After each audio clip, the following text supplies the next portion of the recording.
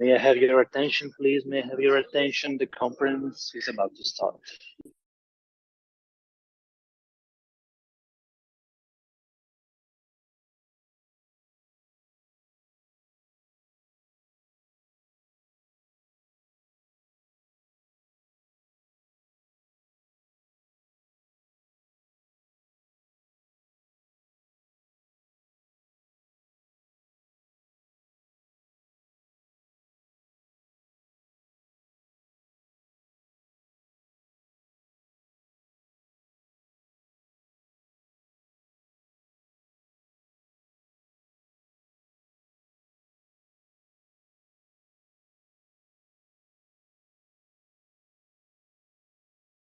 The title of this year is Towards a Workless Society, an interdisciplinary reflection on the changing concept of work and its rules in contemporary economies.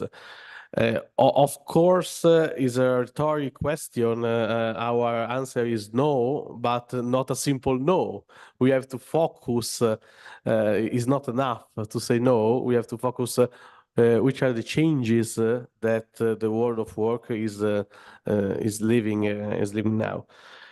Because we know that work still plays a major role in terms of self-definition, though younger generation seem to give less relevance to work compared to past generation, especially after the pandemic period and all the organizational changes that the pandemic brings with it. Today, novel ways of working have changed the perception of work, increasingly regarded as an activity to ensure subsistence and less more.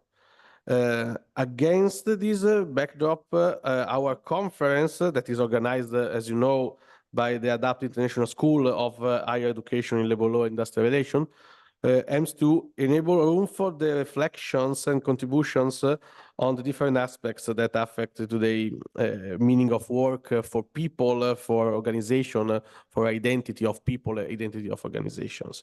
With an interdisciplinary and comparative approach, as usual, we are very happy of having here people from I don't remember how many countries, but I think around 30 different countries that can, of course, enrich the discussion, bringing new element to the new data to the analysis of what is changing, looking at several perspectives, not only from our point of view.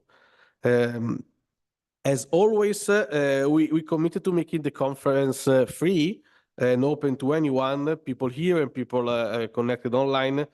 So speakers and participants are not required to pay any fee. We follow an open access policy in order to make our research accessible to anyone.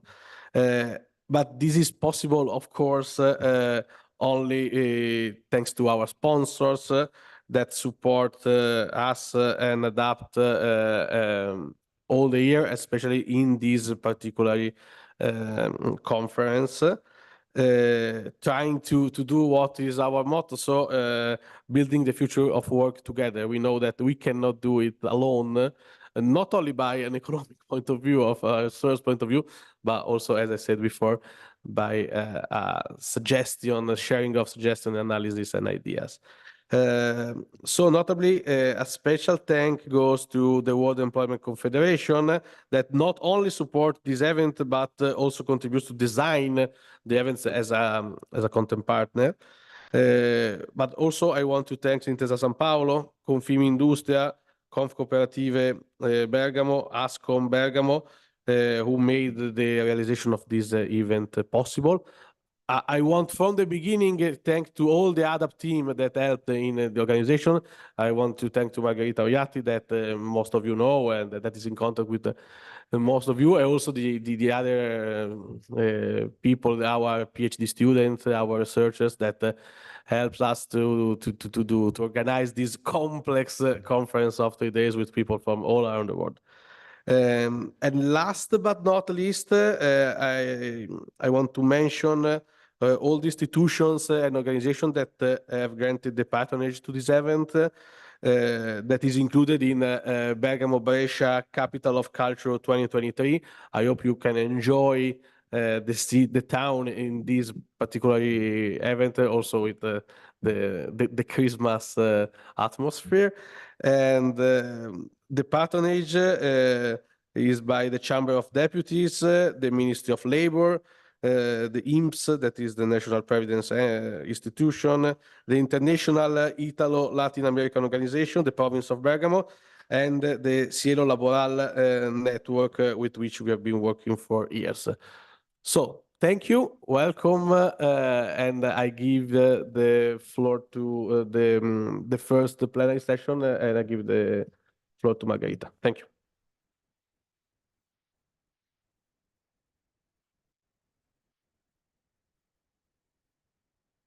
So thank you, Francesco, for introducing this, amazing 3 days event. I am part of the organizers, but I can say it is a huge and important conference. And I'm very pleased to chair the opening plenary session of today, which is composed of really high-level panelists. We have 3 of them in presence, and thanks also for from technicians who are supporting us. Also, we have 3 of them joining online. Let me just introduce how the panel will be structured. We will start with the presentation from our colleague and friend, Pietro Manzella, who is a research fellow at ADAPT and also researcher at the University of Udine.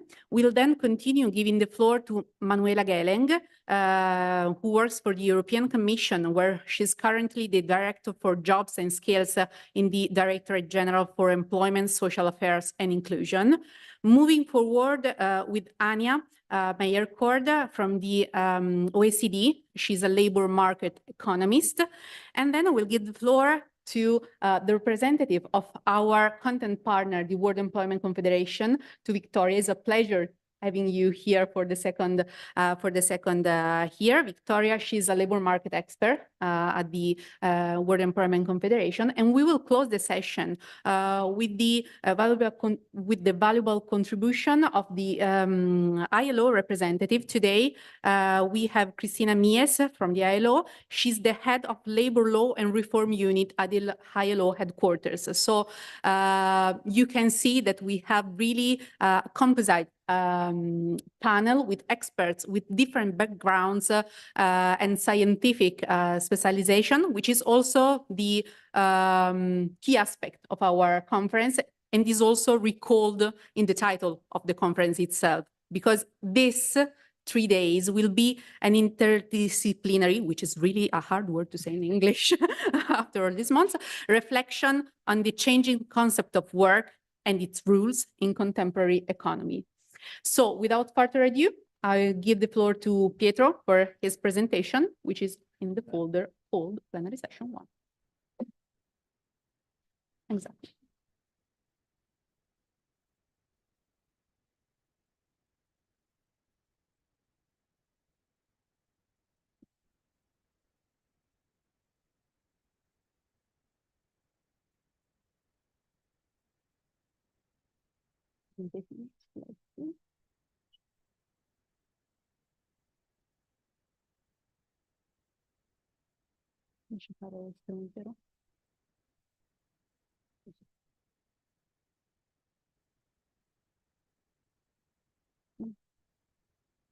Okay, just the first issues.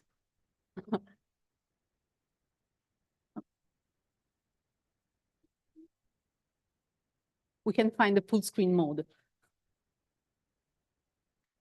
Okay, can I ask for a little help?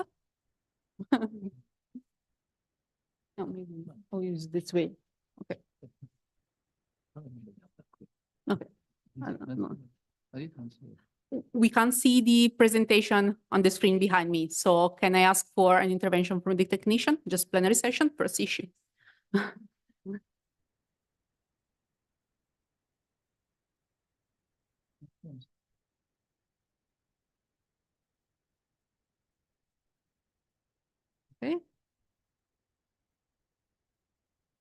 Okay, they are, all right. I don't know if you, maybe we can use this couple of minutes. Pietro, would you like to introduce yourself and the key topics you will deal with within your presentation?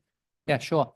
Hi, everyone. My name is Pietro Manzella, and as Margherita said, I am a research fellow here at ADAPT, and I'm also teaching at University of Udine, where I teach, I teach linguistics. So, and this is interesting because one part of my presentation will deal with that. So, as the title of my presentation suggests, the aim is not so much to come up with an ultimate definition of work.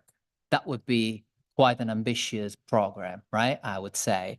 Rather, I would like to share with you some insights in order to understand how we can better frame the notion of work, which, as we know, is ever changing, as we said. So the first, right, so where is that? Okay, so the first question that we need to ask is a very simple one. What is work? I know that probably many of you, right, might come up with different answers, right? Why? Because, as we said, this is an all-encompassing concept. And depending on, for example, the perspective we wanted to analyze it, depending on the background we have, we might come up with different answers. The way I see it, there are three main considerations that we need to consider, or three main dimensions we need to take into account. The first one is a definitional one. How do we define work? The second one is a classification one. So we know that we have many classifications when we talk about work. And I'm not talking about legal classifications yet. No, I'm just talking about work generally speaking. And then, of course, we have a conceptual issue. All these three dimensions at times overlap, but most of the cases, they are treated as distinct entities. And this is probably one of the issues we have at the time of defining work. So let's start by defining, right? Definitions. What is the first thing that we do when we want to understand the meaning of a word? We look it up into the dictionary, right? So this is what I did. The first thing that I did is to look at the definition of work in English language dictionaries. Of course, I didn't make a difference between American English and British English. I didn't consider varieties of English. Well, I mean, the first entry, so the first meaning that we have, about work, seems to be dealing with the economic aspect. What I'm saying is that in the English language, when we want to know what work is, the definitions supplied mostly focus on the economic dimension. People who work have a job, usually one which they are paid to do, or usually for money, in order to earn money. So this is not a rule, of course, but it's a trend. But we can see that among English speakers, probably the first concept that comes to mind when we talk about work is remuneration. Once again, it's a trend. I did the same with Italian dictionaries, and the situation is a little bit different. You know why? Because the focus emphasis is placed on the outcome, the result. So probably this also reaffirms, some stereotypes. We usually say that American people, for example, are very business-oriented, right? But still, I mean, here, for example, we have a difference. So the way I intend work probably is different from someone living in the US. So one now focuses on the outcome, the result, material or intellectual activity by which goods or services are produced. Okay, do this for many languages, like I did. You can come up with different conceptualizations. So in English, dictionaries focus mostly not always, but mostly on the economic dimension. French, no, Italian, they focus on the outcome, on the product of the activity. In Portuguese, on Spanish, remuneration comes to the fore again. So we have, just in terms of definitions, right, some differences which might emerge. Apart from defining, sometimes we also tend to classify work. You know how many classifications we have about work, depending on the educational background, the research perspective we wanted to have, we wanted to give. One perspective which was particularly interesting in my point of view, from my point of view, was the one provided by Bresset, a colleague, who classified work depending on the etymology of this word in many languages. So he came up with 5 categories. The first one denoting activity, denoting an effort, or a pain, the result of an activity, torture, or employee status. To go more into details, the first one, the first category tends to make a difference between work and also people, active people and inactive people. Denoting effort or pain, this comes from the origins of some words, related to the word work. Denoting the result, so not only the activity itself, but the result of the activity. Denoting torture, this is quite straightforward, trepalium in Latin used to be a torture instrument, and many words denoting work nowadays come from, that has the origins. And denoting employee status, in terms of subordination, but this is not necessarily the case. My question is are classifications, are definitions enough to define work? Well, probably there is one side of the coin which is missing. So the way we conceptualize work, the way each one of you, right, frame work. And by framing, I refer to a specific theory, right? The one, let's say, established among others by Lakoff, according to which frames are mental structures that shape the way we see the world.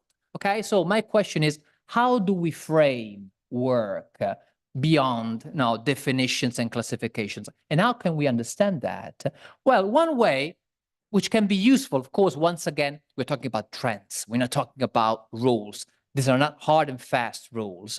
It's about, corpus linguistics, right? Corpus linguistics helps us to understand, for example, the elements around a single word, the adjectives we use with the word work, the prepositions we use with the word work.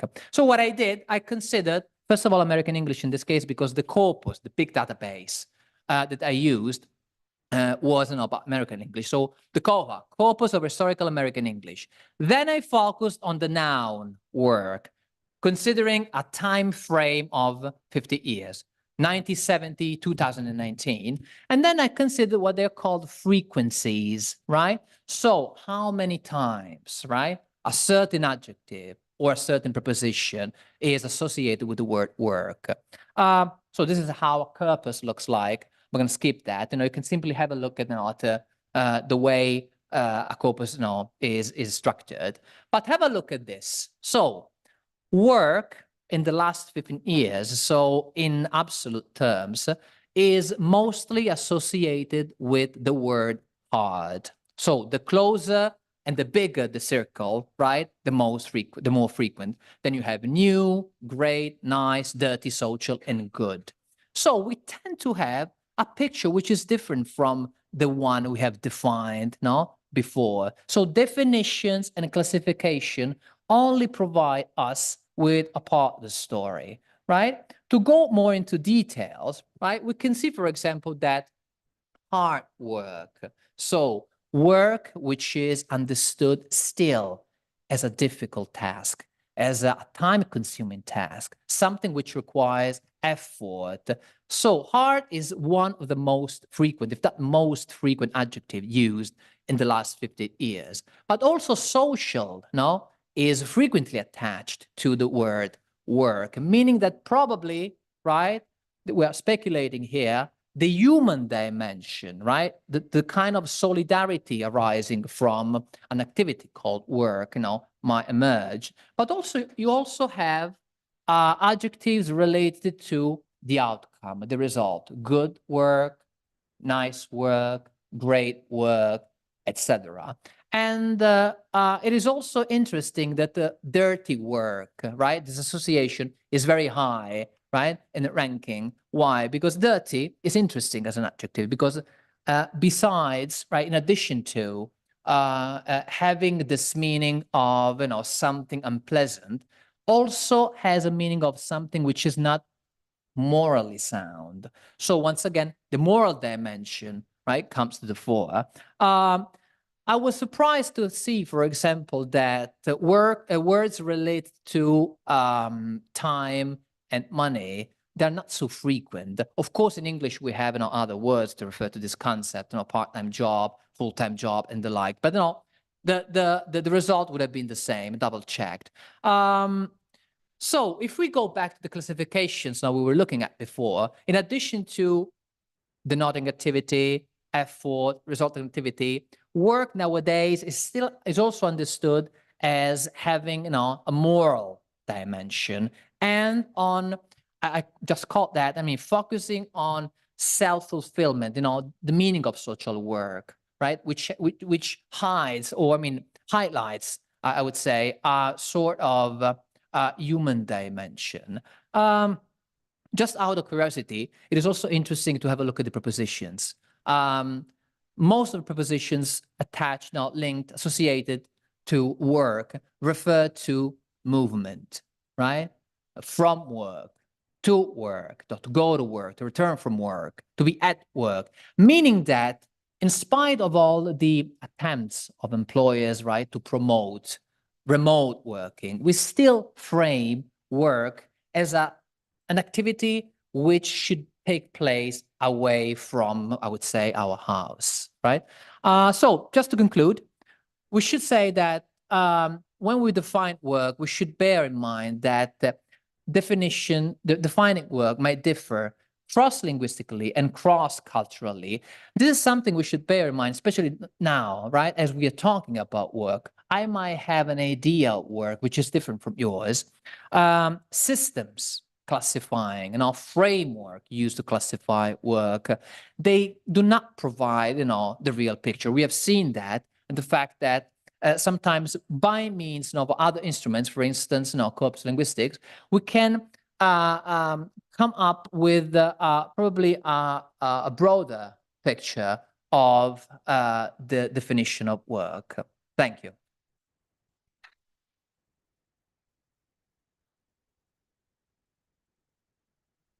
Thank you, Pietro, for providing a lot of food for thoughts during this 3 days event. My colleague also informed me that finally also Professor Valerio De Stefano joined us online. So I would like only to add a note that it would be the final speaker of this session.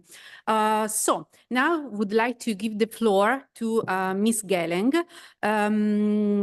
who will talk about the implication for the future of work, skills and training within a European perspective. So, Ms. Geleng, are the machines taking over? Good afternoon to you all. I'm very pleased to be here behind us and on the screens. So, are you seeing me, and are you seeing my slide?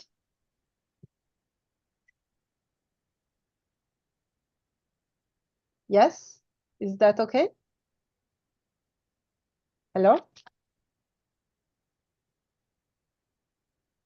Hello? Here we are. Yeah, just a moment. Okay. Okay. Perfect. Can I go? Can I start? Yep, you can start.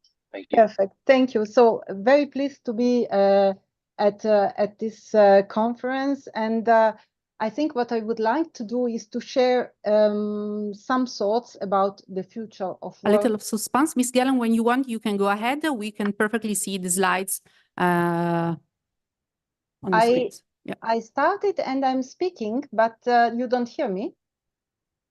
Yeah, just why we do not hear you in the Okay, all the room. there's possibly a problem with audio. We test everything Yeah. before this plenary Yes, we session. I did. know it doesn't look like. I'm trying to speak, Can we check if but, the audio can run properly? She's hello? muted. They told me. I can't see I behind. am not So muted. I'm not muted. No, you're not muted. It's a problem now.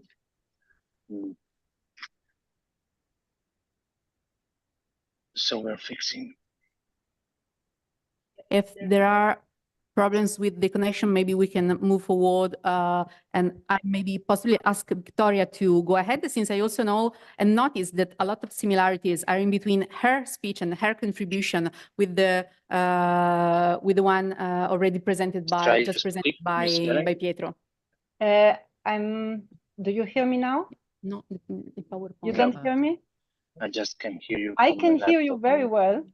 Yeah, I know, but just me. It's just me that can hear you, so they cannot hear you in the room. So just a while.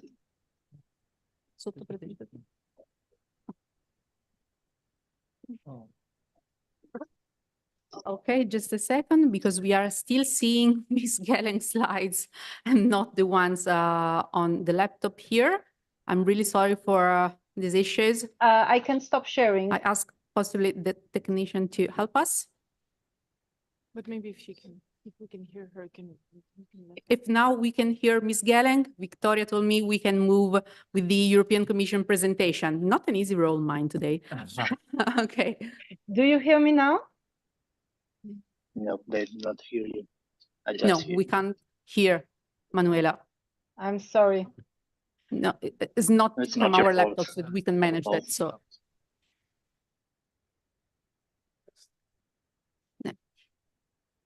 No, it's not your fault. So let me fix it with the technicians, and so maybe we okay, can I move would on. like to go with the other plans. So present. please, I ask the technician, Simone, could you please join us on the stage and help us just showing Victoria's presentation?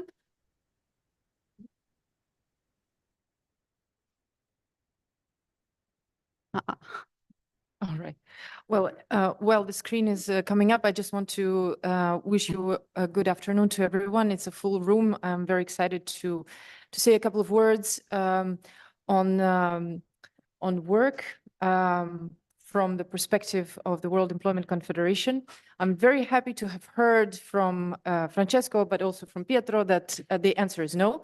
The work is not going to disappear from our lives. I'm very happy about that. I think I will just do a spoiler alert. I think there are a few key elements. One is that the role of work is prominent in people's lives, no matter the century. But of course, it's evolving. So we are pushing the evolution of the concept of work, of its role in our lives. But also that means that we need to go ahead and adapt to it. So someone is progressing with technology and someone else has to adopt, basically. And I think the third point for the spoiler alert is that the question here is flexibility. This one. Okay, thanks. So yeah, is there going to be no more work? And I think the resounding answer so far has been no. I'm very happy to be in the mainstream here. You know, one of the first things I wanted to show you was just bringing you back to the Maslow hierarchy of needs. And, you know, we see here employment is really one of the basic safety needs that we have. So if we take out the element of work from our lives, I think the upper part of the pyramid is going to shatter, which is not ideal, because we are talking here about love and belonging, about self-esteem, about self-actualization. I think all of these are very important, no matter the century. So what happens if we don't have work? I mean, we have less income. I don't say no income, but I say less income. And of course, it has big repercussions for us, because we are unable to sustain our family and our close ones. We don't have the same capacity to care for people. We don't have the same work opportunities for the future. And of course, that has an impact on our self-esteem. There are also a number of quite a few actually when I was doing this research, negative impacts on our health, physical health, but also social health. I mean, there has been quite a few studies showing the link between unemployment and poor health. So clearly, this is not something that we wish for ourselves and for others. Now, there was a study that I wanted to share with you across the unemployed and employed people. And here I just want to highlight, a few of these results. In red, you will see the answers from unemployed people, and you see that at least 3 times more unemployed people feel worthless, feel useless and unhappy compared to the working people. So this is not the kind of statistics that we would like to see in our society. I mean, I can feel the positive vibe coming from my left. So what is the value of work? When we think about, why do we care for work so much? I think, of course, the first one is that we earn a living, that we can sustain ourselves. It gives us confidence. It allows us to be self-reliant, and it gives us dignity. But it's also about social interactions, right? About developing new interests, meeting new people, being involved in projects, work or not work related. And finally, I think it's about self-fulfillment. If I had to choose 3, I think these are the 3. I mean, if you found a job that you really like, you can find self-fulfillment and self-development, and you feel that you are achieving something. So of course, these are essential for a human. So here I want to just talk a little bit about talents and skills and interests, okay? And finally about the life purpose. What is hard work for one person would be, leisure for another. And there's a very important question. It's a funny slide, but I just want to say, when we think about work, we need to really find a way to do what we enjoy doing. There is a famous saying that if you start doing what you enjoy, you will never have another working day in your life. And I think this is very important because it also is part of being happy. All right. So I want to show you another chart. Of course, I like to work with data. So here you see the chart where it shows, the answers to the question, how is work important to you? And you see it ranges from 99% of positive answers from Philippines to 73 in the United Kingdom. But overall, I think the answer is quite clear that work is of primary importance for us. And this is independent of the part of the world or, or any other social aspect. I just want to say also that today there are more working people than ever before. Of course, it's related to the growth of population, but it's also showing that everyone works. Also, the new generations work and they want to work. And unemployment rate is also the lowest, in decades, I should say. Despite all the difficulties that we are facing today, economically, socially, and otherwise.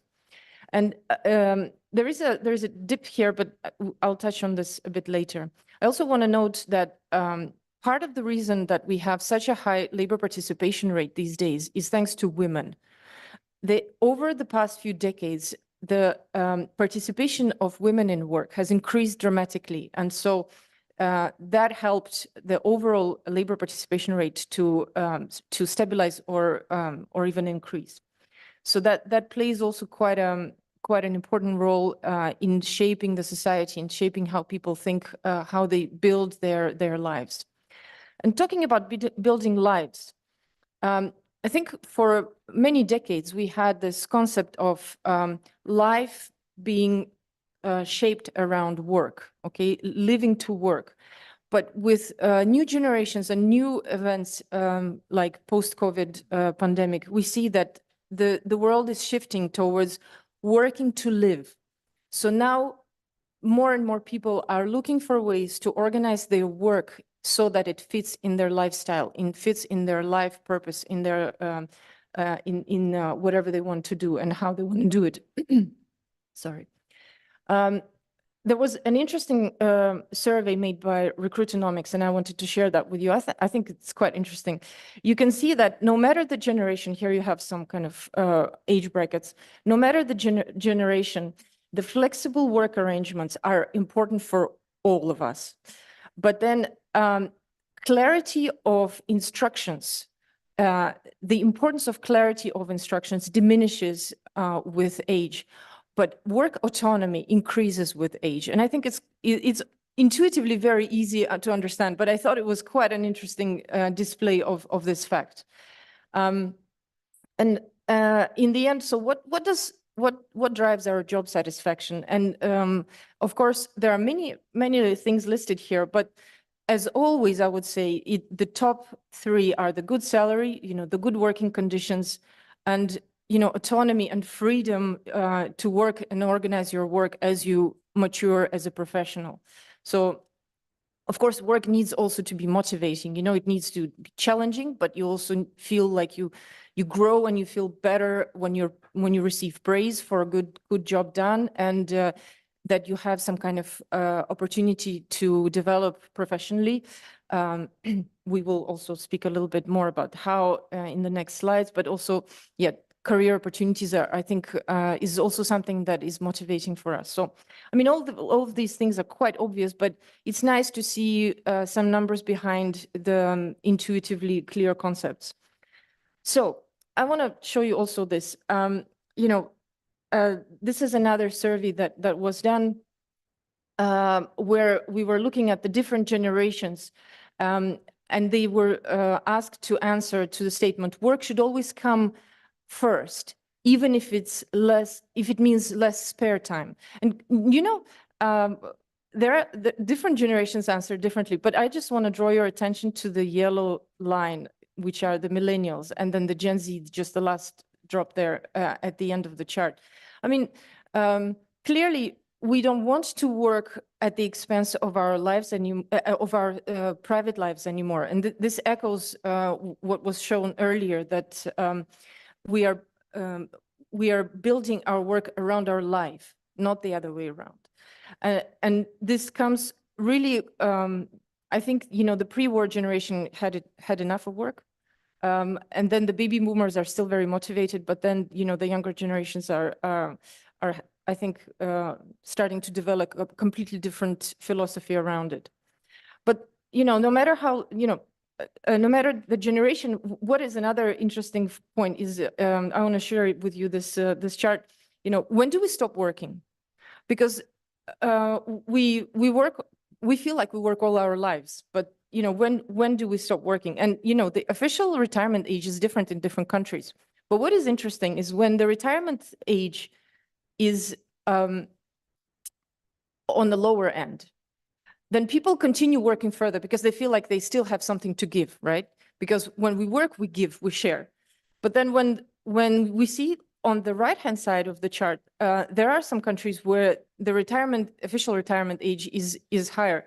We see that people just feel like it's just too far of a stretch, and so let's retire a little earlier. But clearly, around 60 is the age, between 60 and 65 is the age where we say, okay, I put a stop here.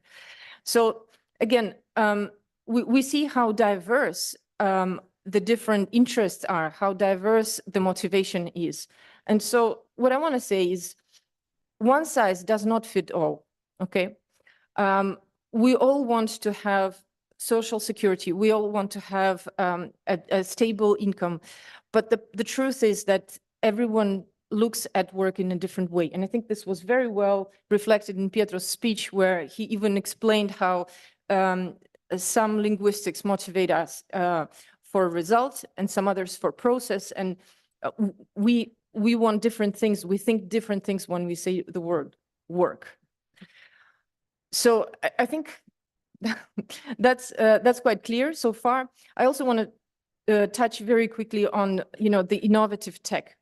There has been a lot of fear going around. Is AI going to take our work? And clearly, there is a lot of fear of losing a job because of new developments. I hope I'm not taking the words away from our colleague, but let's see what we will hear. But the truth is, I mean, when you look at historical trends, you see that whenever there was a technological revolution or evolution, that would always bring more jobs. But there's a caveat to it, and the caveat is that we need to reskill and upskill. And this is very important because the way we work is changing. And so we also need to learn to work in new ways to become more productive, more efficient, and probably, hopefully, work a little less for the same money. But okay, that's wishful thinking. Wishful thinking. Here's a quick graph I wanted to show you where it's a little bit small, sorry, but here we look at the more or less past century, and we see with the Industrial Revolution, the share of agriculture, which was very important in those days, in early 1900s, agricultural sector has diminished almost to zero. Okay, it's like maybe 2 to 5%, whereas the services sector has grown, and that has created an enormous amount of new jobs. And this is what I mean by saying that we may not know how it's going to be, but we definitely can predict that we will have more jobs. It's just a question of what kind of jobs and how we can reskill and upskill to become able to continue being participants of this working society. Yes. So I just want to touch about just one word about the universal basic income. You know, it looks so appealing and almost seductive, I would say. And there are several countries around the world who kind of played with this idea and tried or are planning to try in full or in part. And it seems like a very nice socially motivated gesture. But there are so many economic risks related to it and also behavioral risks that I think if this formula were to be introduced, I would say, you know, the good shape of this universal basic income is yet to be devised. So I'm not buying into this at all unless I see a very solid, economically robust model for it. But it's just I just wanted to put this on the table. And then, you know, the final section where I just want to talk about choice. What do we want when we are looking for a job? I think there are three things that I could identify. You know, it's a choice, you know, of what to do, where to do it, you know, how big is the company I want to work for. It's about the satisfaction. What would be satisfying for me in a job? You know, it's about the working conditions. It's about, you know, social protection, fulfillment at work, and so on. And it's about perspective, you know, recognition, career progression, I don't know, travel, whatever you think. But then there's Gen Z, okay? And they are revamping the idea of work and what is now called consumerization of work, right? We perceive them as socially active and engaged. So about the process, work is about the process, right? But they are uninterested in career. They need work and they want work as a function of contributing to the society, not necessarily contributing to someone's corporate ideals and ambitions. And that's a completely different philosophy, right? And that's not irrelevant for us because the share of people in the labor force from this generation is increasing. So we're looking here at the reevaluation of quantity versus quality of work, but also paid or unpaid work. You know, that's completely different optics. And when I say it's not irrelevant, it's, today there are about 15% of labor force that are Gen Z, but by 2030 it's going to be 31%. So it's like a third of our labor force. And their philosophy, as I mentioned, is very different. They can say that they are faithful to their employer, but they will be looking for another job in the meantime, or having a side hustle, official or unofficial.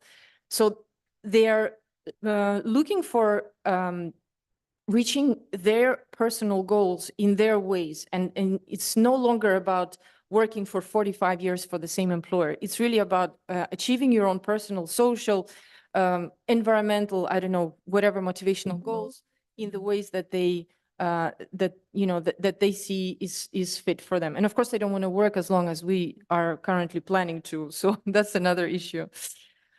So in conclusion, I'm sorry, it's been a long discussion. Work is a fundamental human need. I don't think we can do without it.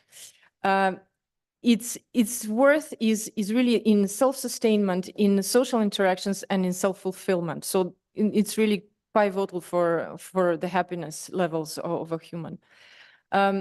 Today, more people work than ever before, and technological innovation will create more jobs, but the caveat is that we need to learn to upskill and reskill. And finally, different expectations of work require different and diverse forms of work. And here, I think the World Employment Confederation can defend its case, I would say, by embracing, the diverse forms of work that are matching the needs and the abilities of different people, and also at the same time meeting the needs of the business sector, who has its highs and lows and different varying needs. So I think I would like to close here and thank you for your attention. Thank you, Victoria, perfectly on time. And I'm really looking forward to the reactions of our PhD students who are mainly in the Gen Z. So possibly at the end of the panel, we'll have some of their reaction. Now, crossing my fingers, I would like finally to give the floor to Miss Gelling. So if technicians can help me in providing her slides, her presentation. So we will move forward from the overall perspective and discussion among the concept of work in a more specific field of intervention, the one devoted to the race in between humans and machines, looking at them with the skills and competencies perspective at the European level. Good afternoon, and I hope this time you can hear me. It works. It's a pleasure. Ah, fantastic. Okay, so very happy to be with you today, and I think I would like to share some thoughts about the future of work and the role that skills play in this in the future of work. So, as was already highlighted by the previous speakers, we are at the cusp of a major transformation of our economy and of our labor markets. And what we see is actually that people feel this uncertainty because they feel uncertain for their work, for their working lives, because jobs and workplaces have already been disrupted by technological innovation, but are probably going to continue to be. And therefore, I think we need to look at how we can tackle this challenge.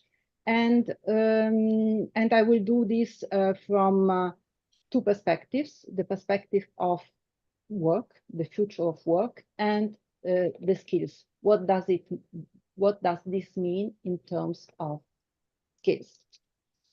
So a recent survey published by the World Economic Forum this year estimates that globally, in the next 5 years, technological advancement will be one of the key contributing factors for creating globally 69 million jobs, but destroying 83 million jobs. And of course, we should not look at this totally in a negative way, because some jobs will stay and will continue, but will be changed. Some new will be created, and some will not exist anymore. But technologies can generate great benefits. But what it is important is that, not like you see in the slides, that the benefits are distributed in a fair way. So if I go now to a recent development about this came 1 year ago. Now it features in many debates. And the issue is indeed that generative AI can augment our human capabilities because it can provide tools and systems that enhance our productivity and creativity. AI technologies can assist humans in performing their task more effectively. And therefore, this has the potential, and this is certainly a potential that we need to grasp, is to create new job roles that involve the management and the leveraging of AI system. This is a global challenge. If I look at 2023 estimates from Chinese researchers, they say that already now 28% of occupation in the current Chinese labor market require ChatGPT related skills. No doubt, the European labor market is probably facing a similar transformation. And of course, we need to do everything to keep the pace while protecting the European social model. And what this means? This means that AI systems, if we want to adopt them, they will require a demand for specialized AI expertise. However, besides specific AI, artificial intelligence expertise, it also means a demand for fundamental digital competencies, data science knowledge, and other cognitive and interdisciplinary skills. And in this context, I think we should not underestimate that it will be even more important to develop the irreplaceable human skills, which technology can only complement but not substitute. And what I mean by this is shown in this slide now, where you see that already between 2016 and foreseen up to 2030, you see that cognitive skills, social and emotional skills, and technological skills will be very much on the increase at the expense of physical and manual and basic cognitive skills. So I started by saying that we have a challenge, and I think this challenge takes on two dimensions. It's a quantitative challenge and it's a qualitative challenge. We see that workers who take up new opportunities may be vulnerable to old risk, but also new risks, because we see that new forms of work in a way escape our traditional definition of work, in the sense that workers in some sectors where artificial intelligence is already there, like digital platform work, they may not be entitled to the rights that people working in the traditional economy have. So, and as these forms of work, of use of AI is spreading throughout the economy, of course, the question is very compelling. So, as the previous speaker already said, even if technology will not reduce the number of jobs available to humans, it will certainly reshape them and revolutionize how the jobs tasks are accomplished. So it's not just about quantity, but it's also about quality. And certainly what we should think is that AI has great potential, both for companies and also for workers. It can augment the human capabilities, enhance the workers' productivity and creativity. It can assist humans in performing tasks more effectively. It can reduce bias and promote inclusivity. It can reduce risks at work, increase safety at work. We have in Europe thousands of workers that lose their life at the workplace. So clearly, I could go on with a long list of benefits. But what must be clear is that technological adoption cannot and should not come at the expense of workers. We cannot leave a development that would lead to more equality in the labor market. So,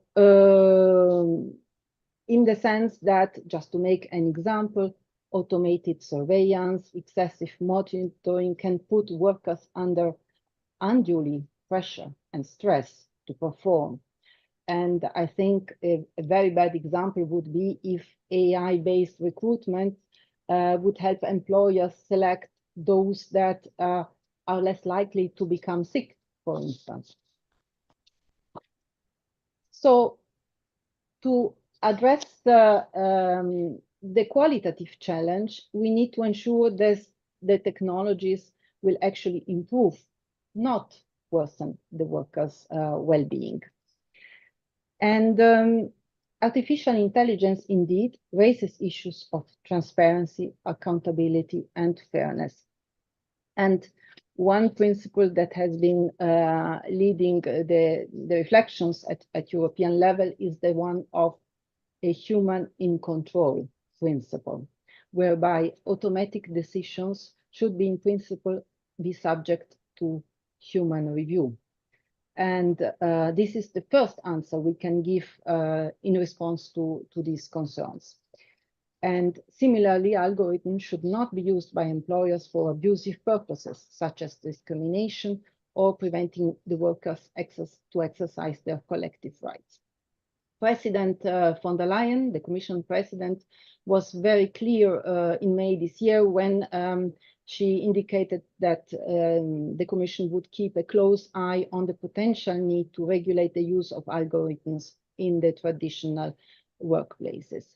We have already started looking at this through a proposal for a directive on improving the working conditions for people that work in digital platforms. And the rights that are envisaged in this proposal is to ensure that platform workers are better informed about the use of automated systems, that platform worker can have an important that decisions that significantly will affect them will be taken by humans and not the algorithm. So this proposal is now being negotiated between the Council and the European Parliament. Another very important act, which is the so-called Artificial Intelligence Act, also in the negotiation stage between the European Parliament and the Council, has proposed that for the purpose of recruitment and worker management, AI systems have to consider these two areas as high risk. So as such, AI systems must respect certain requirements in terms of transparency, safety, accuracy, and human oversight.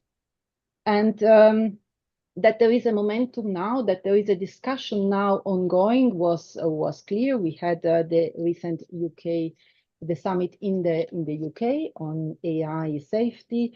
We have the G7 Hiroshima process.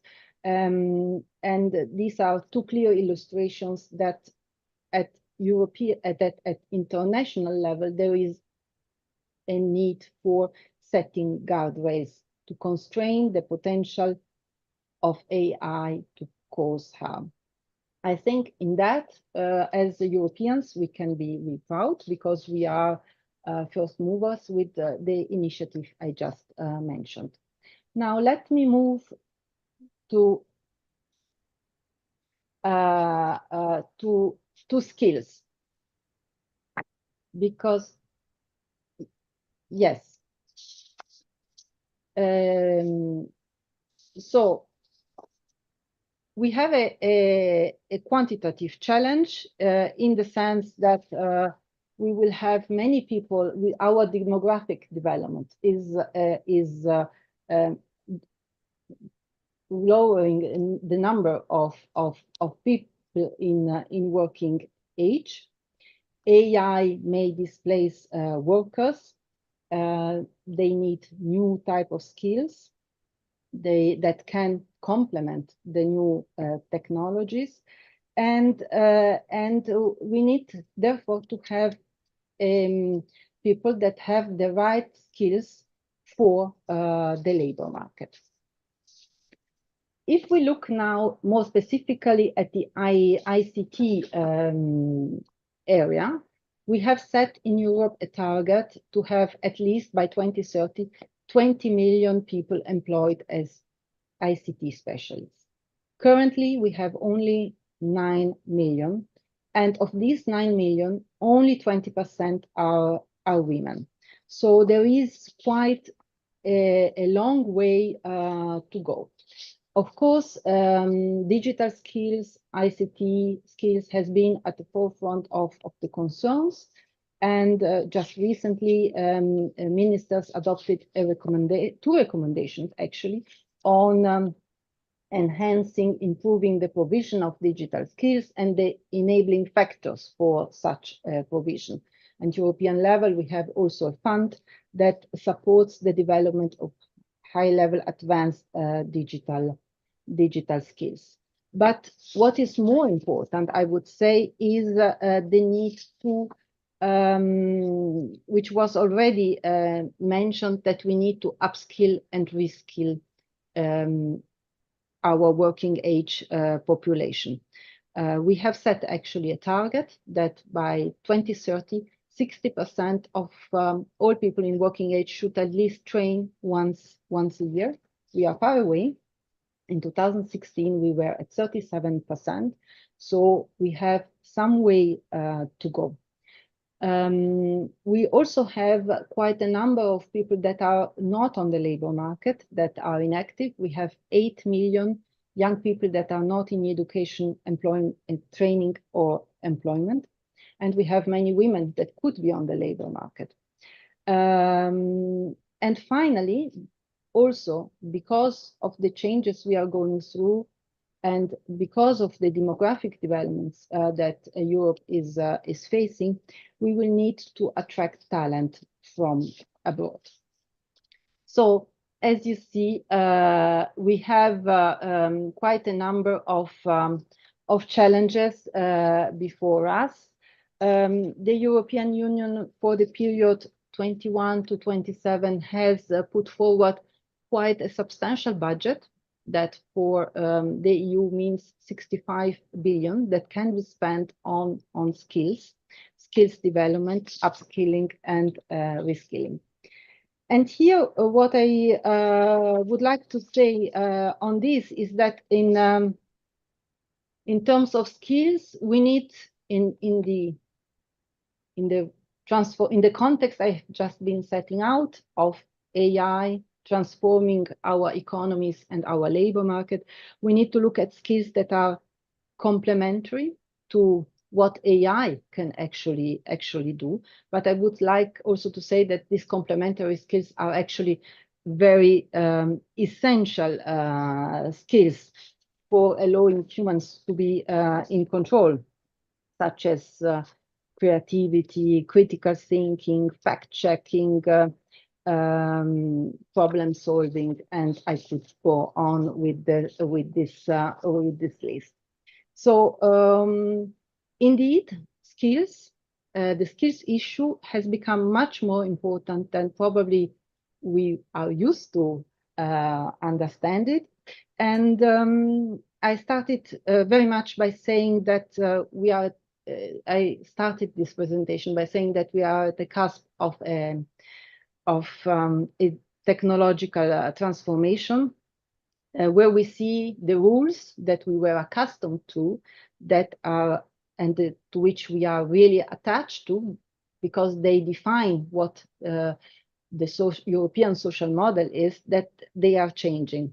And I think the European Union answer in this context is that we, on one side, we need to foster innovation, but we need to do it with a human-centric approach, so that we can ensure a future that brings a shared technological prosperity, where the accent is on the word shared. Thank you very much.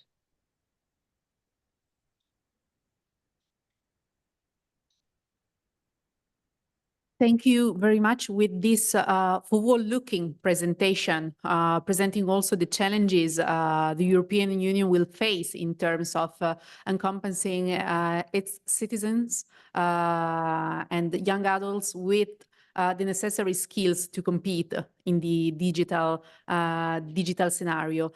This also brings me to the next presentation.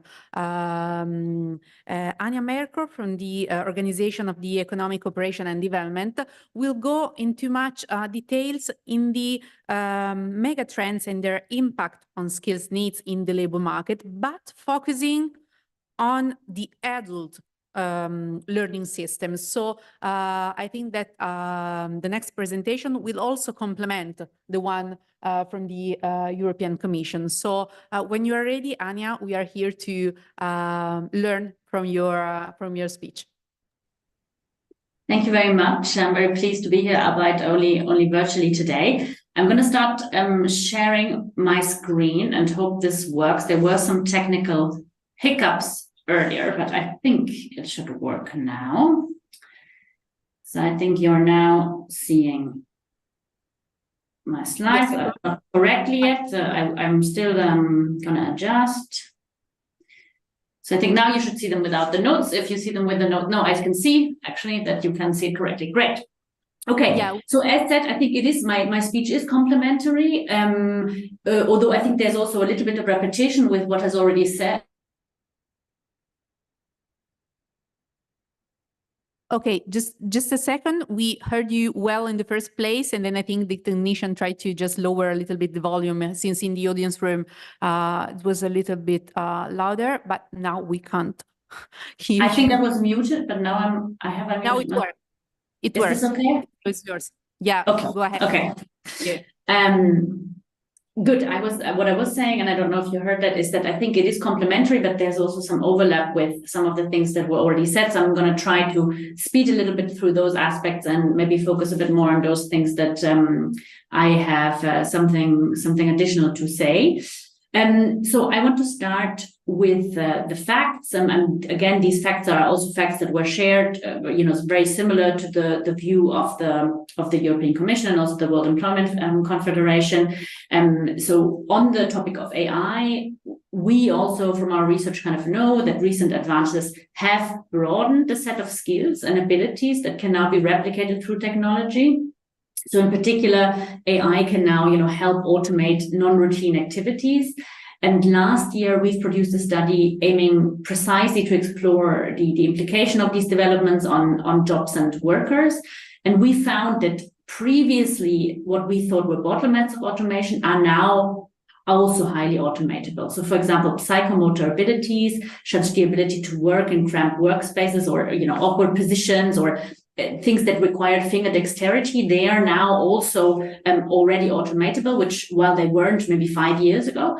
But there's still also skills that are commonly required in higher skilled jobs, such as deductive reasoning, inductive reasoning, fluency of ideas, that continue to be bottlenecks of automation. So on this slide, just to give you a little bit of a view from kind of our research about the skills that are more susceptible to automation, and they are becoming an increasing number of them, more than 5 years ago, but then that they remain bottlenecks to automation.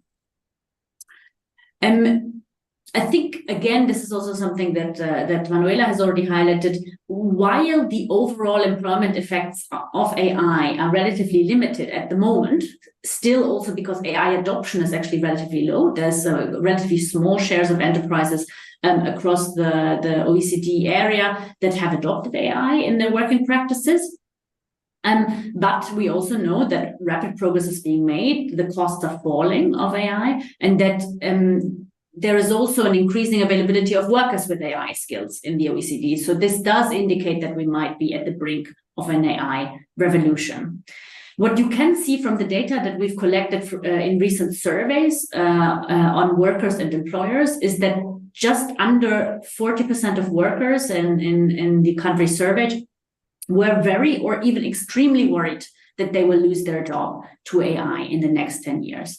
And actually this worry may be well-founded, because according to the employer survey that we also implemented at the same time, we found that firms do not hide the fact that one of their main motivations to invest in AI is to improve worker performance, one, but also ultimately to reduce staff costs. So that means that there is the risk of future redundancies when AI is being implemented. The second thing that we haven't heard so much about today already is the green transition. So we're, of course, not only talking about the digital transition or the AI revolution, or however you want to call it, we're talking about the green transition that is also featuring very prominently in the Commission's work. And so that means, what are the implications of climate mitigation policies on employment and potentially a jobless future, as I think you called it in your presentation. So we know that the transition to a green economy, to a low carbon economy, will also involve important changes in the labor markets, and that this will involve some job losses and skill redundancy in emission intensive sectors, including in high paid jobs. But it will also increase the demand in green sectors such as renewable energy, organic agriculture, recycling, etc. What you can see here is from some recent work of the OECD on the impact of the EU climate protection package Fit for 55, which I'm sure which aims to more than half emissions in the EU by 2030. And here the employment effects on the effects on employment in different occupational groups. So what you can see here, that overall employment is projected to increase by 1.3% in the EU between 2019 and 2030, which is kind of the end target for Fit for 55.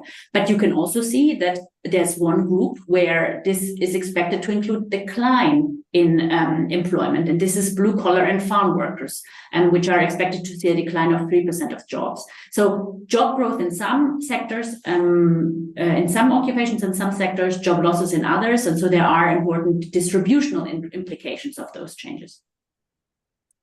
As a result, and I think we've seen similar things from Manuela, but we know that digitalization, decarbonization are shifting these skill needs in the labor market, and we do have some data on kind of surpluses, specifically around physical skills, business processes, and so on, where there's a lot of skills and not enough vacancies on those skills, whereas we face shortages in other areas, and particularly in training, education, in medicine, in scientific knowledge, etc.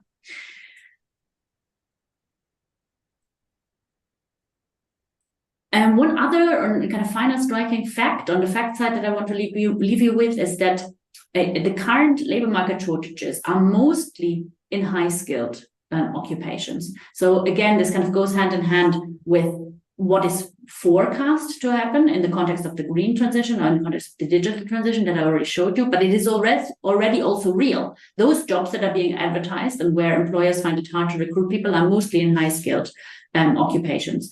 And across the EU, which is data that I show here, 6 out of 10 shortage occupations are high-skilled, and in some this graph, you can see that really the very vast majority, over 80% of shortages are in occupations that require high skill levels. So I wanted to talk about the key policy lever from our perspective to help with these challenges, to help with these transitions. And this is also something that has already been mentioned, I think from the World Employment Confederation. And that is, of course, upskilling and reskilling for adults in the labor market. What is true, however, that we know that those people who are most in need of training are the least likely to participate in it. So we continue to see across OECD countries, but basically in all OECD countries as well, those huge differences in learning participation of different socioeconomic groups. This here is some data of the European Labour Force Survey, where you can see a participation in adult learning in the 4 weeks prior to the survey, and you can see, that around 7% of adults with low educational attainment levels are participating in training, while 22%, I mean, kind of 3-4 times as many adults with higher education levels are participating in training. And so you can see these gaps across different groups. I think particularly staggering are by educational levels, but also huge differences by age, as you can see here also on the left-hand side. Big differences between employees and companies of different sizes, but also big differences between individuals in fixed term and open-ended contracts. What's quite interesting there is that actually the relationship seems to be inverse to what you expect. So those that are on non-permanent contracts are more likely to train, perhaps also because they are often maybe younger people who have just entered the labor market. So what are the key policy directions that we usually work with when we work with countries on improving their upskilling and reskilling systems for adults?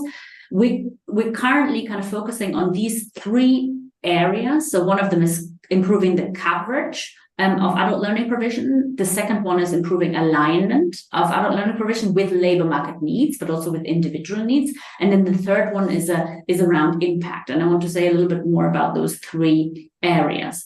So the first one is really about addressing barriers to participation on the one hand, for example, through more flexible learning opportunities, and to address time and distance barrier, to enable people to take training leave, to take time off work, but also to provide financial incentives to making training more affordable. So this is the kind of reducing barriers to training participation side. On the other side, we are also supporting to encourage employers to engage more in adult education and training. This, sometimes it's just about providing better information about the benefits of training, or also like where financial support can be obtained, because most countries have financial support for employers to tap into when they want to offer training opportunities. But many countries are also now working with companies to build HR capacity to offer training, and particularly when it comes to small and medium enterprises, as well as offer financial incentives. So that's kind of the coverage side. It concerns both individuals and employers, as I said. Then the second pillar is the alignment pillar. So this is, as I said, aligning the training content more strongly with the skill needs of the labor market. And this needs to start with collecting and using information on current and future skill needs. Most countries have skill anticipation systems in place, but they often put them in a drawer and actually don't use them in their day-to-day policy making. So we work with countries to help them design these skill anticipation systems and then also use them strategically to shape their policies. And this also includes to design targeted programs for adults whose skills are likely to become obsolete, which is not that easy, specifically when they are trying to transition out from specific employers or sectors into other sectors. So, for example, those in car manufacturing, or those in the transport sector, or also those in financial services who might face job obsolescence. So there's a lot there to be done to design targeted policies that are often kind of government driven or social partners driven to enable people to transition from one job to another without going through a period of unemployment. And then the final pillar here is the impact pillar. So this is about improving the quality and the impact of training provision. One of them is to support countries, and then within countries support adult education and training providers to collect information about the effectiveness of their training, and also to build the capacity of providers to implement quality assurance system. And equally, it's also about encouraging the use of work practices within companies that raise the returns to training. So, we have in the past worked a lot on high performance work practices, because learning doesn't take place in isolation. It needs to be used in the workplace in order to have the desired effects on people's productivity, but also individual well-being. So I'll probably leave you there just in the time that is available. I know there's still some speakers behind me, and you can find everything about our work in the internet, but you can also find us on Twitter, and I'm sure the presentations will be shared. So don't hesitate to consult that or reach out to me if you have any further questions.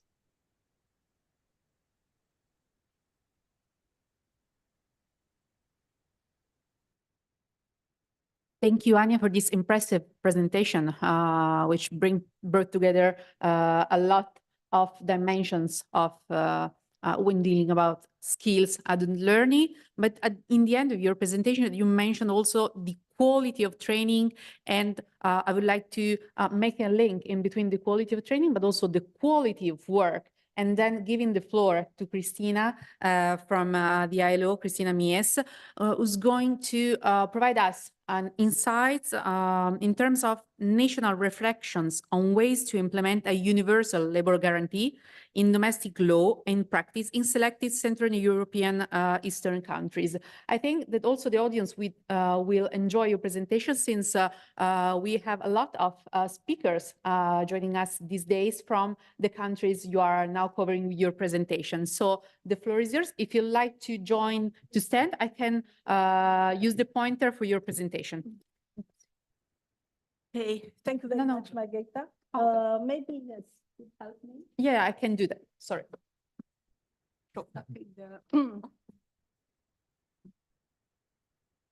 Okay. I think the mic is not. Okay, now. Okay. Perfect. Good afternoon. I'm very pleased and honored to be with you today. And I see Professor Weiss just joined us. So I take the opportunity to welcome him. Yes, my name is Christina Mies, and I'm the head of Labor Law and Reform Unit in the ILO. We have, as a unit, a mandate given by the ILO Constitution to assist the member states in implementing international labor standards. And we do that by providing technical assistance. And in order to provide targeted, evidence-based technical assistance, we very often commission studies in the ILO member states. In order to bridge with the discussion before, just to confirm for those who are perhaps less familiar with the ILO work, that the ILO has been operating for more than 100 years under the modern slogan, more and better jobs. And the last part of the slogan, better, is getting more and more challenging. What does better mean, actually? Again, the ILO has come with a concept some of you might be familiar with, of decent work. And decent work is built on the realization, the respect of fundamental rights at work. And here comes the reflection to the application of a universal labor guarantee in domestic law and practice. Because as all in the room, I guess now, sometimes is a big gap between a generous concept, even perfect law, and its practical implementation. So these reflections are basically stemming from multi-country research, which has been commissioned by the ILO in some Central and Eastern European countries, among which Hungary, Montenegro, North Macedonia, Poland, Romania, Slovakia, and Ukraine. And I'm going to talk you through the findings of this research.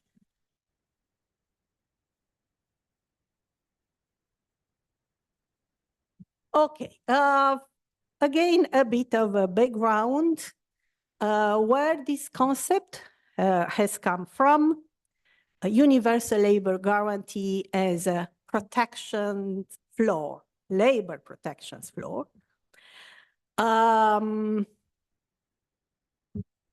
Would mean that all workers, and by workers, again, as you may know, the ILO understands all those who work, by the way, about a definition of work, and not only employees, and not only those who hold an employment contract. So all workers, regardless of their contractual arrangement or employment status, enjoy certain basic guarantees, meaning the fundamental rights at work. And okay, the document, the ILO document, which has launched this concept, is the report of the ILO Commission on the Future of Work, which developed its works in 2019, before COVID. So the report mentions, among these basic guarantees, adequate living wage. This is still a concept we need to work on. Maximum working time, protection of occupational safety and health. So these are the elements which are present in this report, which also specifies that this floor, so minimum level of labor protection, can be achieved by means of law and regulations or by collective bargaining. Now, again, a very generous concept, a very appealing, seducing, as Victoria has said, perhaps, but its implementation has proved to be, according to the research I'm talking about today, quite challenging. And why it is so? Let's start first with this, let's say, truth that still the main, and in some cases the single vehicle to labor protection is the employment protection, the employment relationship, sorry. Yeah. So this is the only gateway of a worker to benefit from labor law protection, so labor protections. And this is getting even more challenging when the employment relationship is defined by the domestic law as synonymous with the employment contract. Yeah? As we know, the employment relationship is a factual entity. It exists when certain conditions are in place, whereas the employment contract is its juridical expression. But we'll see in a minute that in many cases, in many legal systems, these two concepts are kind of equal, are considered synonymous. So the research question for this multi-countries project was to examine how the universal labor guarantee can be implemented in a legal and regulatory space where the written employment contract is the only vehicle, the only getaway to labor protection.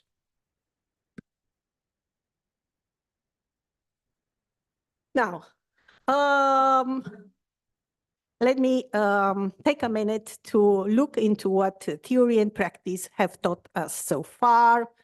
As you see, there are divergent directions, no a single one, not a single way. But basically, there are three main avenues to achieve or to get closer to this desideratum, sort of universal labor guarantee. One is reinforcing or expanding the employee category. And we have seen it during COVID and post-COVID, materialized in some legal initiatives, legal actions taken in some countries. The second direction is basically creating an intermediary category in between employee and self-employed. And the third avenue is retargeting labor rights from a selective target to a universally applicable rights and benefits or entitlements.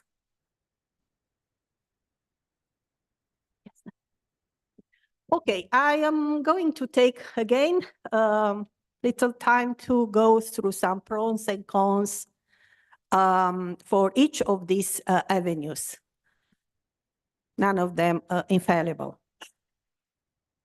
Reinforcing or broadening the employee category is done through determination or establishment of the employee status, so employment status as an employee, using tests of control and economic dependency. So as we know, the classic definition of the employee of the employment relationship, performer work for a remuneration under control, instruction of the employer at a place, at a time agreed by the employer. So applying some tests which would determine the level of control, instruction, and so will guide, for instance, the judge to establish the employment status or employee status. Another way to do that is to introduce by law the legal rebuttable presumption of the existence of the employment relationship. It's what the European Commission is trying to do with the proposal of a directive. And also is the way kind of indicated by the ILO recommendation on employment relationship 198, meaning that all workers are presumed as being employees unless their employer proves differently. And okay, all good so far, but in practice, the main kind of disadvantage has been that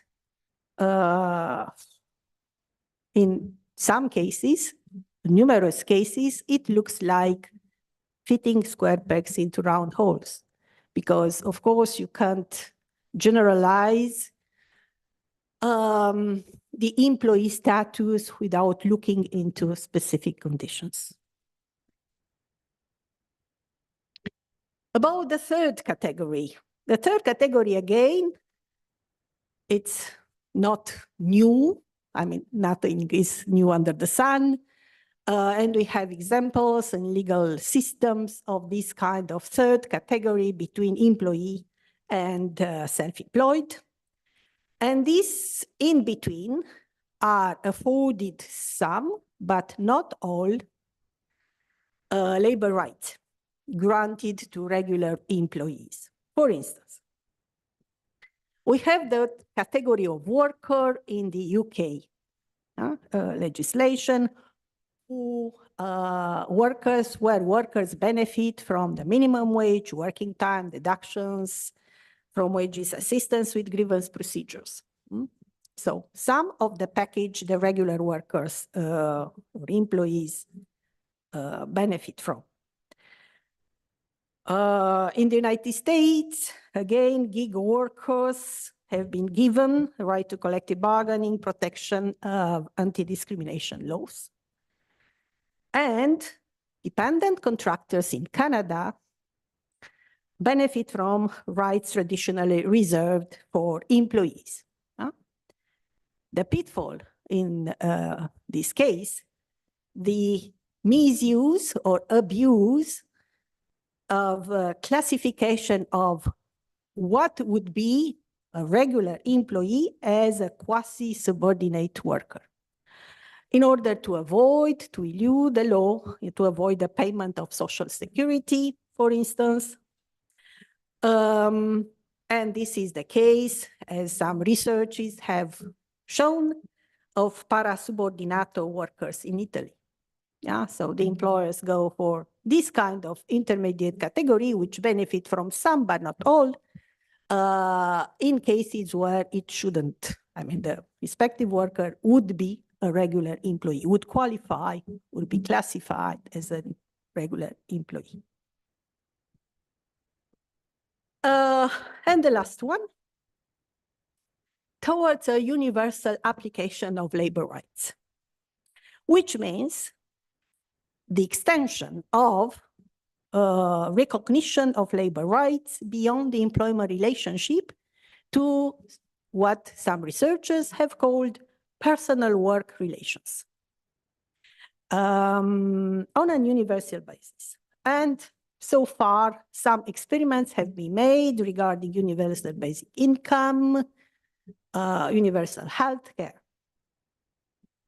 But concerns have been raised in this case as well about whether such a universal application wouldn't basically watering down the rights of regular employees, blurring the borderline between employment relationship and what is, and okay, those who are in an employment relationship and those who are beyond. Then important critical question, who is going to pay? For instance, social benefits for independent contractors or independent workers when it's not clear who the employer is. For instance, a platform. There is this controversial, which is still in the gray zone. Yeah, it's not a consensus that digital platforms are employers. And again, some view this extension as a kind of interference in the functioning of the labor market. However, so far, there has been no evidence about the possible effects, negative or positive, of the extension of labor rights beyond a category of employees. Okay, a few takeaways from the research I have mentioned in the beginning, which are valid, of course, for the countries examined during the project. One is that the binary divide, the classical employment relationship definition, classic one, employer and employees, well defined. This concept is still the foundation of most labor legislations, I mean, in the countries examined. Then, in all countries examined, the legal terms of employment relationship and employment contract are synonymous. And even more, in majority of these countries, the written form of the employment contract is a condition ad validitate of the contract. So if the contract is a verbal one, it doesn't count. Which makes, of course, access to justice, to labor justice, of workers who, for whatever reasons, do not have a written employment contract, very difficult. Then atypical forms of work, like new forms of work or emerging forms of work, how they are called today, are mostly falling outside the protection offered by the labor law, or are not regulated in any way. Okay, there are, let's say, some exceptions or some novelty approaches. In Poland, some categories of independent contractors, for instance, taxi drivers, have been granted by law the right to minimum statutory remuneration, the minimum wages, and the right to unionize and to collective bargain. The latter, as a result of a complaint which was made by these workers, association of these workers to the ILO. In Ukraine, what we have seen recently, while Ukraine, as you know, is at war, under martial law, actually, they still, the government is still working in the labor law arena, and they have recently adopted a special law which defines a special law for IT workers, which define a new species, a new type of employment contract. Actually, it's not an employment contract, it's a civil contract, which is called gig contract, civil in nature, under which these IT workers benefit from some labor rights and some social security benefits, but not from all fundamental labor rights, as again defined by the law and universally accepted by the international community. And the last few reflections on the way forward as conclusions to this research project.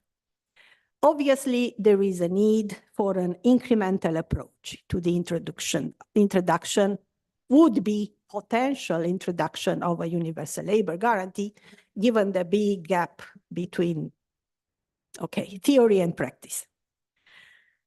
And such incremental approach should start with the recognition by law and practice of the primacy of facts. So of the reality, factual reality of the employment relationship over its juridical form. Yeah? So as the ILO recommendation on employment relationship, I already mentioned, recommendation 198 specifies or promotes as a basic principle to be followed in the determination of the existence of an employment relationship, the primacy of facts. Then perhaps a broad national debate to consider the placement of work, of paid work, and not narrowly defined employment relationship at the center of labor protection and of realization of fundamental labor rights. And last but not least, of course, a kind of crucial question which would require innovative design and really creative fiscal mechanism able to provide universal coverage and the financial means actually to ensuring it and make it sustainable in practice. And thank you very much.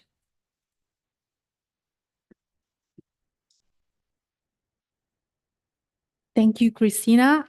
I really also appreciated I learned a lot from your presentation, which is not my field of study, but it was, I think, also interesting from the overall audience. I also invite people standing at the bottom of the room to join us. We have a space here if you want just to sit down for the final speech of this plenary session. Thank you, Professor De Stefano, for joining us online. We can see you perfectly. Grazie. And then the floor is yours to provide your presentation, which is focused on the value of work, something recalled also by Victoria in her presentation, and closing the cycle. So the value of work and autonomy. Thank you very much. Thanks a lot for having me, to the organizer, to you, Margherita, to everyone who has contributed to making this possible, and also for allowing me to join you from remote. I really appreciate being with you, even at a distance. Now, so the title of the panel is Towards a Work-less Society, and so I was wondering whether we are headed towards a workless society. And my answer to that is, unfortunately, we may be. We may be if we adopt a definition of work that is the possibility to change the reality around us in a way or another, intellectually or manually, with a certain degree of autonomy and agency. Now, I work in Toronto. As you may all understand, I'm not an English native speaker. And so I did a very non-methodologically sound poll among my students, and I asked them what is the difference for them between the word work and the word labor in English. And one of the main differences, according to my students, is, of course, labor also express a sense of toil, a sense of effort that is not necessarily present in their idea of work. But one of the main distinctions is also that work is something that gives you agency and autonomy. It allows you to express your activities as a human being that is free. Whereas labor, not so much so. Labor is much more associated to the idea that we are constrained to do something. And in a sense, this is, if you want, resounding also in another language, which is German.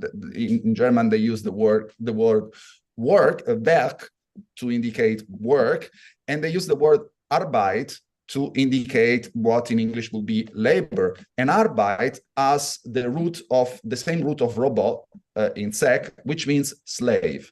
So there is a distinction between work that is executed with autonomy and agency and work that is executed under hierarchy and constraint. And in my opinion, the risk is that we are moving towards a world in which an increasing amount of work is going to be just labor and is going to be deprived of agency and autonomy for a number of reasons. Now, an increasing amount of working activity is being automated by various forms of technology, and of course, generative AI, ChatGPT, we have heard about it, is just the last iteration of this.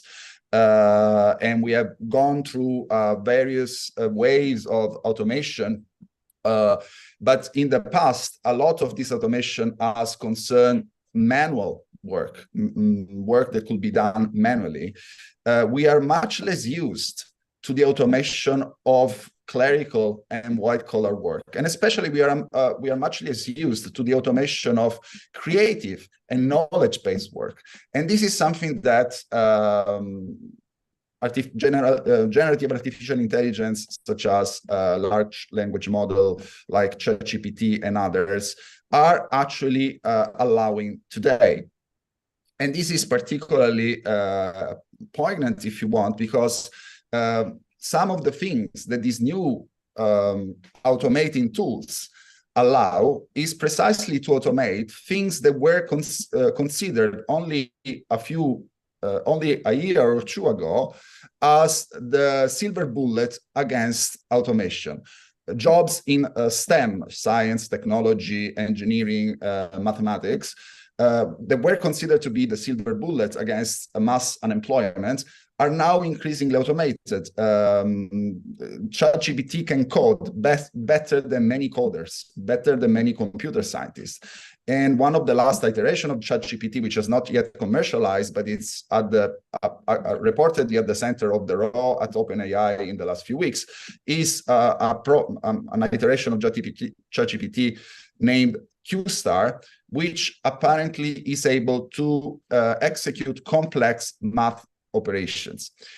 And so the activities of computer scientists, mathematicians, can be or could be in the future realistically be automated.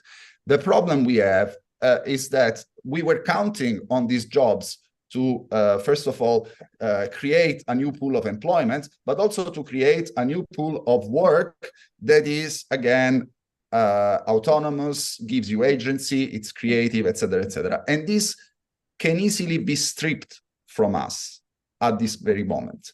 And it's something that we are completely unprepared for. Our societies are not prepared to a mass job displacement of knowledge-based activities. We are not preparing for that. And actually, we're putting all our eggs in the basket of STEM, and now STEM are at a crucial risk of being automated in the near future. There are also other problems that stem from something that researchers Boninardi and Amit Ekpia have called heteromation. Heteromation, which is of course a pun as opposed to automation, is any activity of outsourcing work that was previously remunerated to unremunerated customers. An example of that is automated tills at the supermarket. You are doing the job of someone who was a cashier before, or self check-ins in for your flights. Or again, when we complete the captchas online for Google, we contribute to power Google Maps, and in the past we have contributed with the captchas to digitalize a wide range of writings for Google. All these activities that are quintessentially work and in the past were remunerated are now outsourced to customers. The value stemming from this activity is incorporated by companies, and it's not given necessarily back to society. So there's a lot of value from things that were work and were remunerated work until a few decades ago or until a decade ago, and it's now basically value that is just extracted and not remunerated, and society doesn't get as much back. The other issue that I think it's important to flag here is that there is a series of jobs that are now being increasingly automated, and those are the jobs of managers, supervisors, HRs, etc., etc. A large wave of automation that we have experienced in the past few years is the automation of managerial functions. Increasingly, managers are helped or even replaced by technologies when they have to take decisions that concern human being. And we have heard about this in some of the previous presentations. Increasingly, if you work in an Amazon warehouse, basically, you have no direct contact with your manager. They don't direct your work. You're directed by your wearable device, and you're also monitored by your wearable device. And it is the system that decides whether you should get retained or should get fired.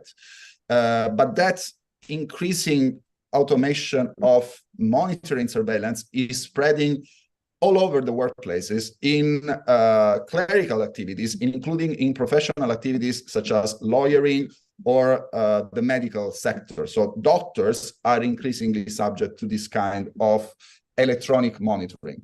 All this electronic monitoring, however, comes at the expense of autonomy. So a big trope that we have heard in many occasions in the past is that artificial intelligence will allow us to concentrate on the most interesting part of our jobs, and computers are going to do the routinary, boring part of the jobs. This is not true, because through various models and various systems of gamification, artificial intelligence or other forms of technology that are not artificial intelligence and are just included in this buzzword, are basically supplanting bosses, replacing them, and subjecting all of us to a degree of control, hierarchy, and lack of autonomy that was not common in clerical work, in many white-collar occupation, and to a degree of control and lack of autonomy that is, again, unparalleled with the past. These systems can follow you all the day long. They can monitor your every activity. No human supervisor was ever able to follow someone all day long, unless you had a supervisor per worker, which of course is untenable. But computers can follow you all around, and this deprives people of their autonomy while they are at work. So we are, if by work we mean something that is changing reality, giving us agency and autonomy, we are losing that agency and autonomy side in many occupations.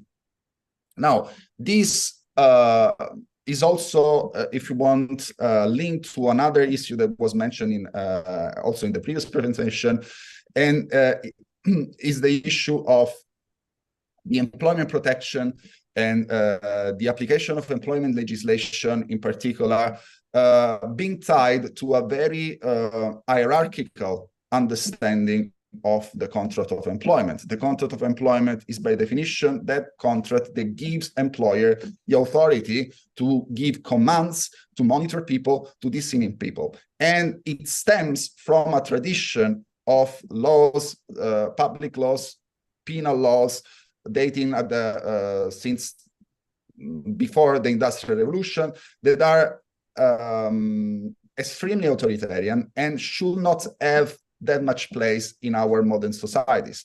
But we still attach so much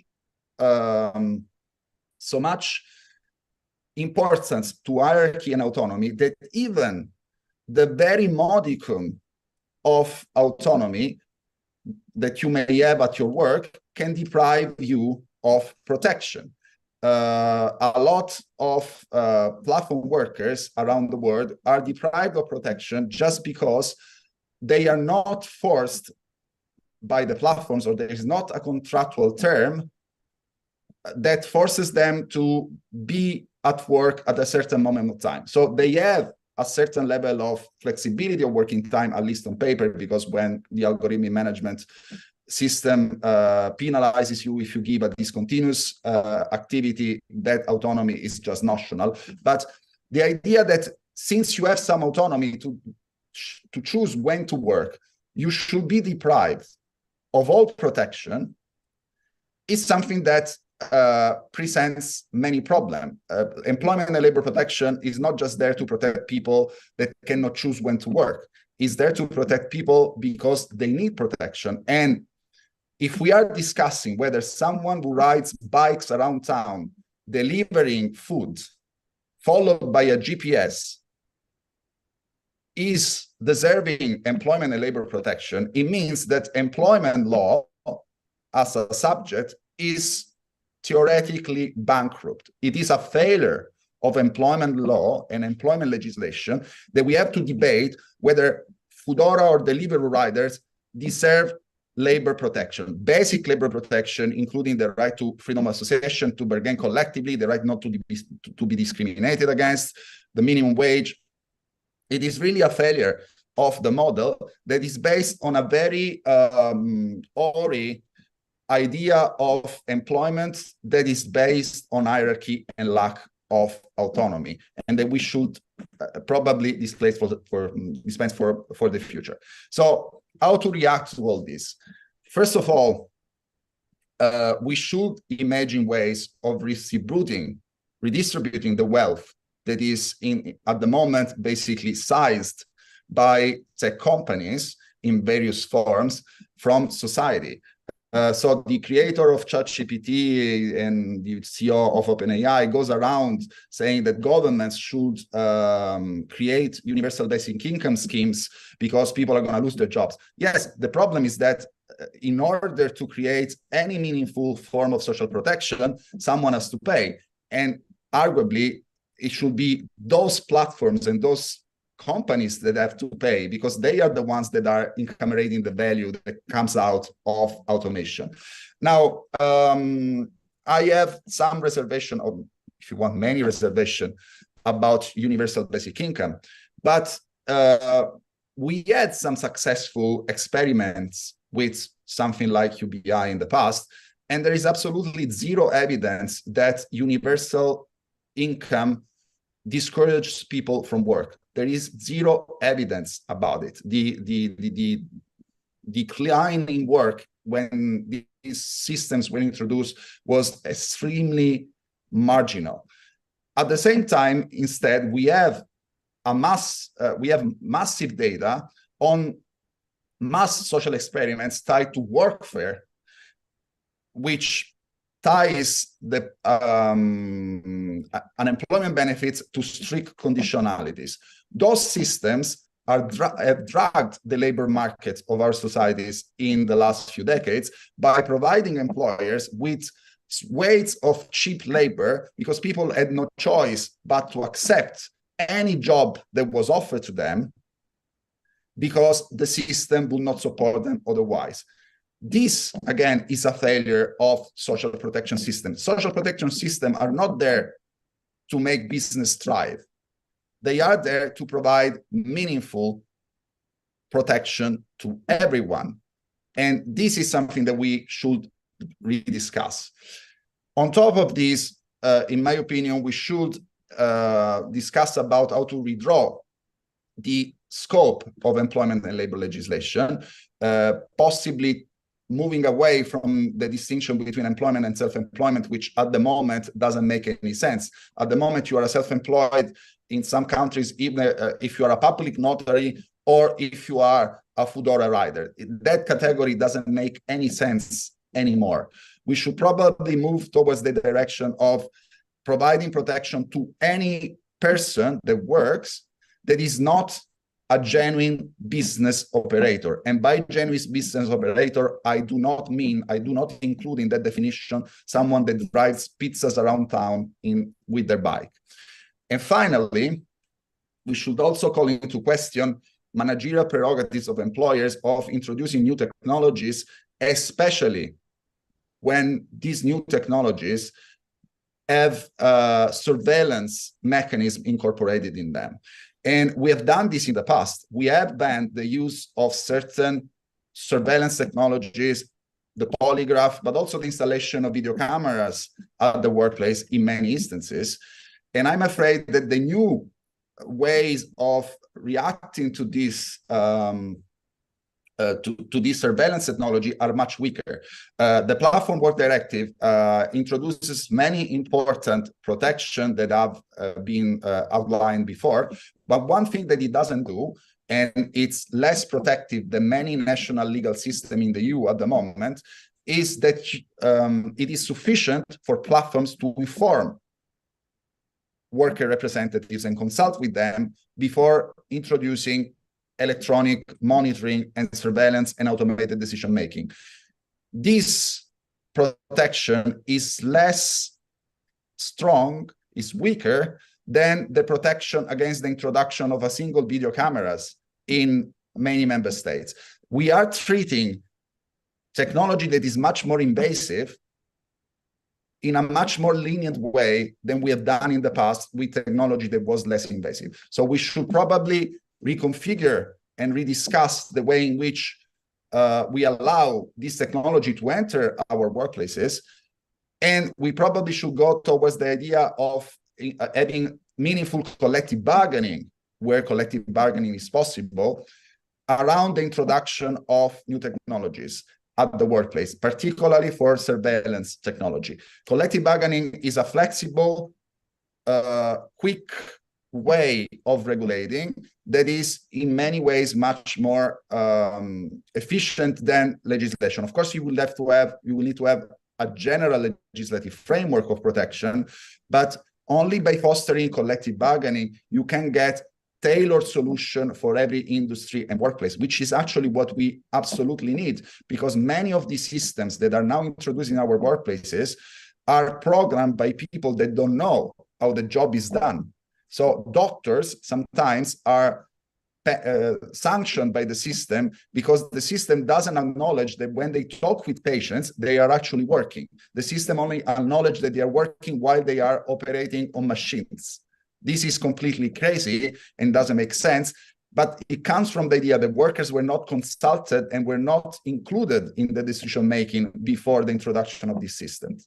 So having meaningful dialogue and collective bargaining on the system can foster good innovation and the introduction of technology that makes our life easier and our work more autonomous, give us more agency, and makes it eventually more productive. We cannot continue on the path that we have undertaken so far. Thank you so much for having me again.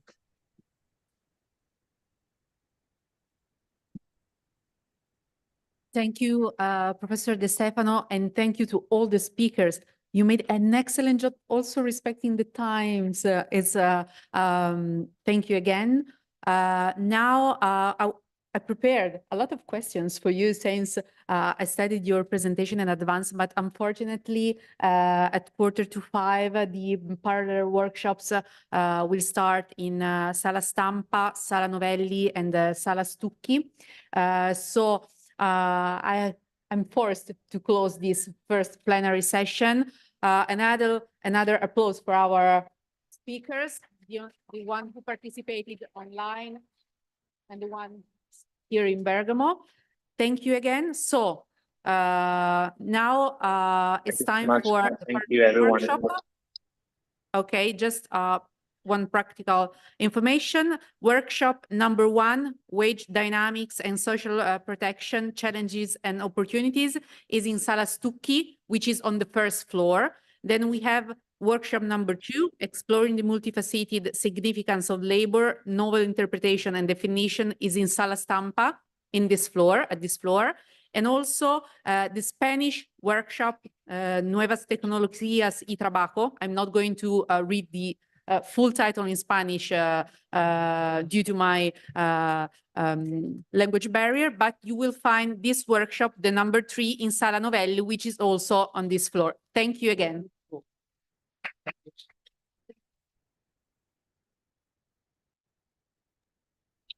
Bye-bye.